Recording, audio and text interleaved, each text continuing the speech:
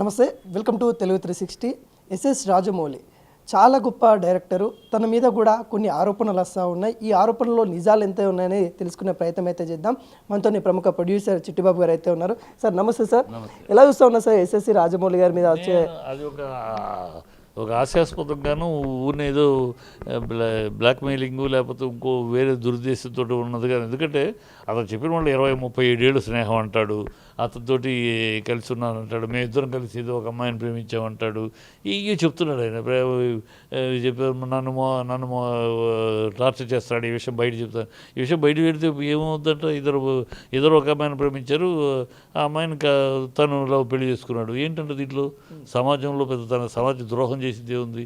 అదేమి ఆ రోజులు కష్టాలు పడుతున్న రోజుల్లో కదా, నువ్వు అలాగే ఉన్నావు, తను కష్టాలు పడుతూ ఒక లైఫ్లో అడుగు ముందుకేయటం కోసం పాటుపడుతున్న రోజులు ఏదో జరిగింది మీ ఇద్దరి మధ్య, స్నేహం మధ్య. అయిపోయింది. 25 ఏళ్ళు 30 ఏళ్ళు దాకా ఇవ్వాలంటే దాని గురించి మాట్లాడతావు. బుద్ధి ప్రధానంగా ఇబ్బంది పెడతా ఉన్నారు రాజమౌళి గారు. ఈ విషయాలన్నీ బయటకు వస్తానికి ఇబ్బంది పెట్టారు, నన్ను శోభ పెట్టారు, నన్ను హింస పెట్టారు, నన్ను ఎరకాటలు, ఇవన్నీ పదాలు, తెలుగు పడికట్టు పదాలు ఉన్నాయి. ఈ వాడటానికి ఏమి ఇబ్బంది పెట్టారు? దానికి ఏమైనా ఆధారం ఏంటి? ఎక్కడ ఇబ్బంది పెట్టారు? నీ భవిష్యత్తు నీకు అందాల్సిన ఫలాలు అందకుండా ఎక్కడ అడ్డుకున్నాడు? ఏమైనా ఉన్నాయా? ఏమీ లేవు. ఊరినే నేను అతని స్నేహితులు 30 ఏళ్ళుగా అతని కోసం జీవితం అంతా త్యాగం చేసి ఏం చేసావని ఆయన సినిమా కూడా ఆయన డైరెక్ట్ చేసిన సినిమా నువ్వు కో-ప్రొడ్యూసర్ అయితే జీవితం త్యాగం చేసినట్ట. ఊనే ఇప్పుడు అదే పొజిషన్లో ఉన్నాడు, ఇంటర్నేషనల్ ఫిగర్ అయ్యాడు. 25 ఏళ్ళుగా మూసుకుని కూర్చుని ఇవాళ అదే నిజమైతే ఎవడైనా 20 ఏళ్ళు ఆకున్నా ఉంటుందా? ఏదో ఉంటే అప్పుడే స్పందించేవాడు కదా, అప్పుడే రావాలి. అందుట్లో నీకు అందరూ మిత్రులే, లిస్టులో చెప్పాడు, అందరూ ఇండస్ట్రీలో అన్ని పెద్దలకాయలు మిత్రులే. ఇంకేం మరి ఇన్నాళ్ళు ఎందుకు మూసుకుని కూర్చున్నా? ఇవాళ ఎందుకు తెరిచావు? ఎవరు ప్రోద్బలం ఇది? ఎవరు నిన్ను తరుగుతున్నారు వెనకాల? ఎవరు నిన్ను ఇలాంటి చేయమని, ఆయన బదనాం చేయమని చెప్తున్నారు? ఇవన్నీ అనేక సందేహాలు ఉన్నాయి. అది ఓన్లీ ఇట్ ఇస్ ఎక్స్‌ప్లాయిటేషను, బ్లాక్మెయిలు, ఇలాంటి ఐడెంటిఫికేషన్ కోసం, సెల్ఫ్ ఐడెంటిఫికేషన్. ఎవడో శ్రీనివాస్ ఎవరికి తెలుసు? ఎవరో సినిమా చేశారన్నాడు, ఓకే, గౌరవం. ఒక సినిమా కో-ప్రొడ్యూసర్ చేసావు, సంతోషం. దట్ డజంట్ మీన్ నువ్వేదో సత్యహరిచంద్రుడివి, నువ్వు చెప్పి అబద్ధ నిజాలని నమ్మడానికి కాదు కదా. ఏదైనా చెప్తే ఆ రోజు ఎప్పుడో జరిగిందంట, 25 ఏళ్ళకి ఇవాళ చెప్తాడంట ఆయన. ఈ విషయం బయట చెప్తాడేమో అని. ఏం సార్ ఈ విషయం బయట చెప్తామని ఆయనకి ఎందుకు భయం? ఈ విషయం చెప్తే ఆయనకి ఏమైనా, రాజమౌళికి ఏమైనా ఊడుద్దా? అందరికీ తెలుసు రాజమౌళి పెళ్లి చేసుకున్న విషయం, ఎట్లా పెళ్లి చేసుకున్నాడో, అమ్మాయి ఏంటి, అంతకుముందు ఆవిడ భర్త ఎవరు, అన్నీ అందరికీ తెలిసి పెళ్లి చేసుకున్నాడు. తెలిసి ప్రజలకి అందరికీ తెలుసు. ఇవాళ కొత్తగా నువ్వు చెప్తావని భయపడ్డాడు అంటే పిచ్చి మాటలు, ఇవన్నీ గాలి మాటలు. యు శ్రీనివాస్ అనే వ్యక్తి మరణ వాగ్మూలం లెక్కన వీడియో తీశాడు.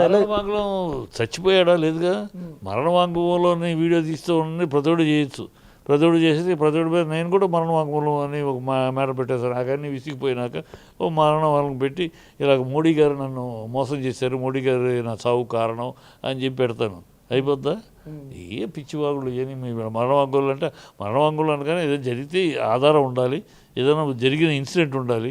ఏమన్నా 35 ఏళ్ల క్రితం ఎప్పుడో జరిగిందంటే వీళ్ళిద్దరు కలిసి ఒక అమ్మాయిని ప్రేమించారట, ఇద్దరు కలిసి బతుకుతాం అనుకున్నారట, ఇంకేదో చెప్తున్నాడు.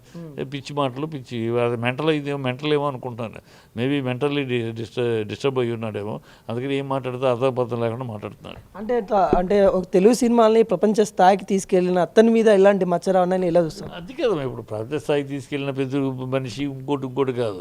అది నిజమైతే ఎవడైనా, అది నిజమే, నువ్వు చెప్పేది నిజమైతే ఎవడైనా ఎంత స్థాయి అయితే, ఈ తప్పుడు కార్యక్రమాలు చేస్తే ఎంత స్థాయి అయితే ఇంటర్నేషనల్ స్థాయి తీసుకెళ్ళాడు కనుక ఆయన్ని వదిలేయచ్చు. అలా కాదు కదా, అక్కడ అది కాదు పాయింట్. ఆయన ఏ స్థాయి మనిషిని కాదు.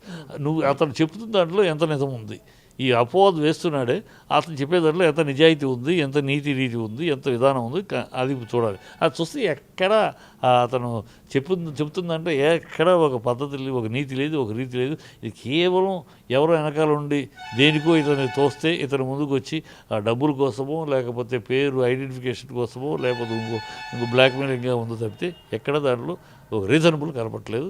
అంటే రాజమౌళి గారితో మీరు ఏమైనా మాట్లాడే ప్రయత్నం చేస్తారా దీని గురించి, ఈ విషయాలు? ఇలాంటి అంటే ఫిలిం ఛాంబర్లో ఏమైనా కంప్లైంట్ ఇస్తే ఫిలిం ఛాంబర్లో ఎందుకు స్పందిస్తారు? మా ఫిలిం ఛాంబర్కి కంప్లైంట్ ఇస్తే ఎందుకు పెళ్లి ఛాంబర్లో ఎలాంటి కంప్లైంట్ తీసుకుంది? నాకు ఆయనకి స్నేహం, ఆయన నాకు ద్రోహం చేశాడు, ఛాంబర్కి సంబంధం, అది మీ పర్సనల్ విషయం. ఆయనతోటి సినిమా తీశాను, లేదా ఆయన సినిమా వల్ల నాకు ఇంత నష్టం వచ్చింది, ఆయన పెట్టుకుంటాం వల్ల ఇంత పోయింది, ఆయన నాకు ఇచ్చిన మాట ఇది, చేసిన మాట అని ఆధారాలు ఉంటే అప్పుడు ఛాంబర్ ఎంటర్ అవుద్ది.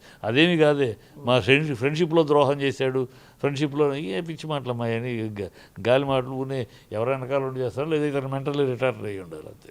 మెంటల్లీ మానసికంగా ఏదో దెబ్బతిని ఎందుకని ఏదో మాట్లాడుతున్నాడు అనిపిస్తుంది.